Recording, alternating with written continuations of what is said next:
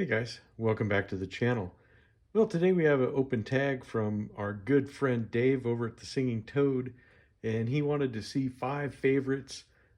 He wanted to see a multi-tool, a Swiss Army knife, modern folder, a traditional folder, and a fixed blade. And so I grabbed a couple of those things, and we'll go through my choices. Uh, this multi-tool, we'll go through that first. This is the Leatherman Wingman. And this is still my go-to multi-tool. I've had this featured in videos before, and it's the first one I grab if I need something around the house. It's also the one that I christened the Christmas tool because it's so handy on Christmas morning, especially with the grandkids and getting all their little toys and stuff, undone, because it seems like everything is either tied down, zip tied, has screws in it. You need screws to open the battery compartments and all the other various things. But one of the things I do like about this is that this is one of the few Leatherman that are actually spring loaded, and that makes it nice when you're using the plier features. And of course, it's got the pliers and the wire cutter, just like normal ones. And all the tools on this one, they have some that are inside. So on this side, you're going to get your flathead. You have the regular 2D printed Phillips driver. On this one here, on this side, you have the can opener, file, small screwdriver. You have that really handy opener for clamshells and for zip ties and stuff like that. That makes that real easy. On the outside, you got some outboard tools on this one as well. So you have your knife, which is half plane, half serrated.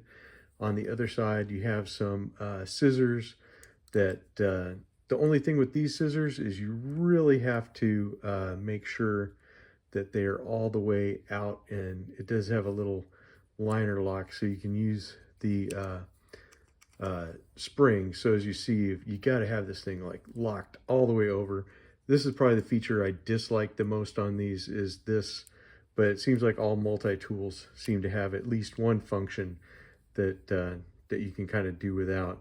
Leatherman no longer makes this model, but I'm sure you can probably find them cheap on eBay and stuff. And it does have a pocket clip, which makes it really handy.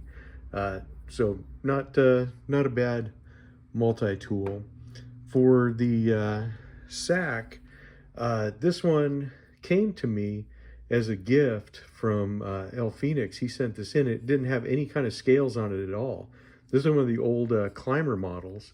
This is the one with the split corkscrew on it. So I ordered some ruby translucent scales, and I got the plus scales. So you get the toothpick, you get the pen, you get the tweezers, and then also you have the straight pin goes down in there, which really adds a lot of capability. And that little set came with this little small lanyard too.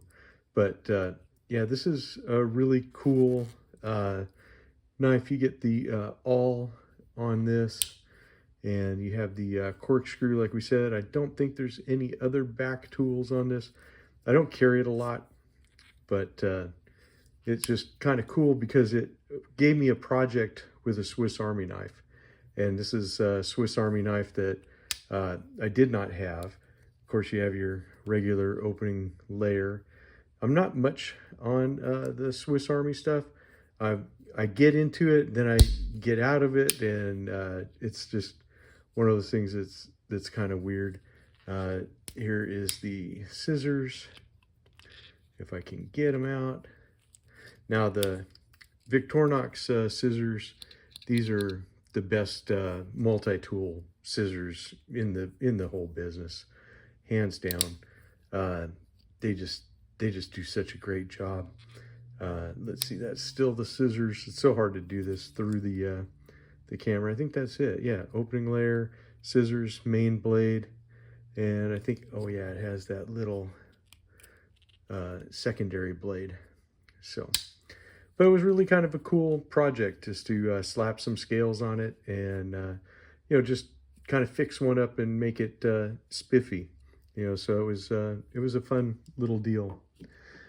For the modern, I just chose my old favorite, the Pecos from Roper Knives. Just all around great knife. Got the pocket clip, have the liner lock, the little thumb stud, carbon steel blade, yellow Delrin handles.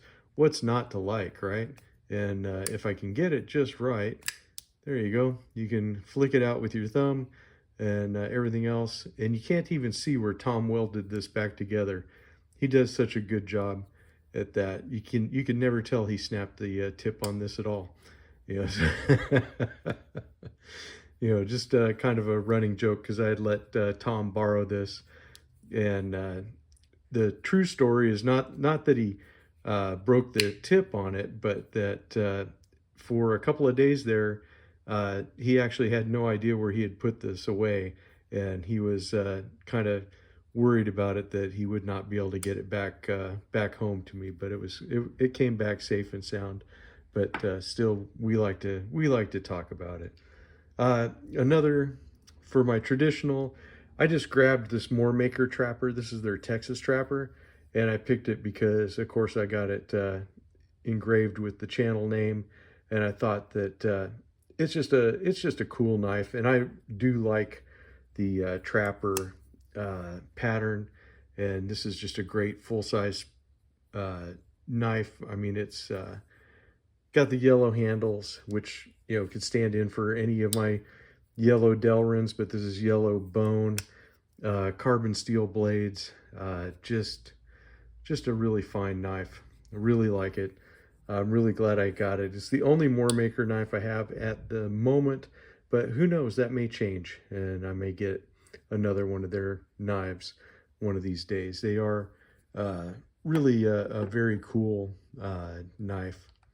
Last one, for the fixed blade, I had to go with the Buck 102. I mean, this is a knife that I had always been interested in them. I never picked one up, but it's one of those ones, and this is one of Tom's very favorite fixed blade patterns, and we both agree that until you pick one up and put it in your hand, you just don't know how good it feels. You don't know how capable it is. And for me, it is kind of on the smaller side. So I firmly put it in the bird and trout knife size. I mean, it's got a 4-inch blade, but it's one of those ones that I think this is kind of like the king of the bird and trout knives. It gives you plenty of handle to hold on to. You can get all 4 fingers on there. You can put your thumb up here. Lots of control. You can pinch up on this if you need to, or you can have it back here where you can get some reach. But I mean, really, for a fixed blade, you don't really need much more than this. I think this can handle more than its weight. But yeah, it's just kind of a really cool knife, and one that definitely should be in there. But like all these favorite type videos go, this is 5 favorites that I thought about over the last couple of days. This could change, and it probably will, because I mean, although this is the one I grab all the time for the house, the Wingman, I carry a Leatherman Wave in my backpack for work. Although I love the Trapper. Right now, I've kind of swung back over to Stockman's. I've been carrying a 75 Stockman again. The Sack, I really like this one, but I do like the other ones that I have too. But this one was cool because I got to kind of semi customize it, and that was it for the fixed blade. I do like the 102, but I like all kinds of other ones too. I mean, it could have been a sharp finger, it could have been a different one, a cold steel or something. So just all the time. But I'll show you some different knives, and that's it. Of course, we got our channel knife back here, the Shoreline, which is a fixed blade that's on display all the time over here at the channel. So yeah, it's just all kinds of good stuff. Hope everything's going good in your world. I've been working late the last few days, so the last thing in the world I wanted to do was make videos when I came home. So hopefully this will help tide you over. I'll get that other open tag going. There's another open tag out there, and I will be participating in the Stockman Stampede on Saturday. So we'll have that, and then we'll have a big old Sunday live stream. So don't think I fell off the radar or something like that. I just have been pretty busy. Anyways, you guys take it easy, and I will see you in the next one.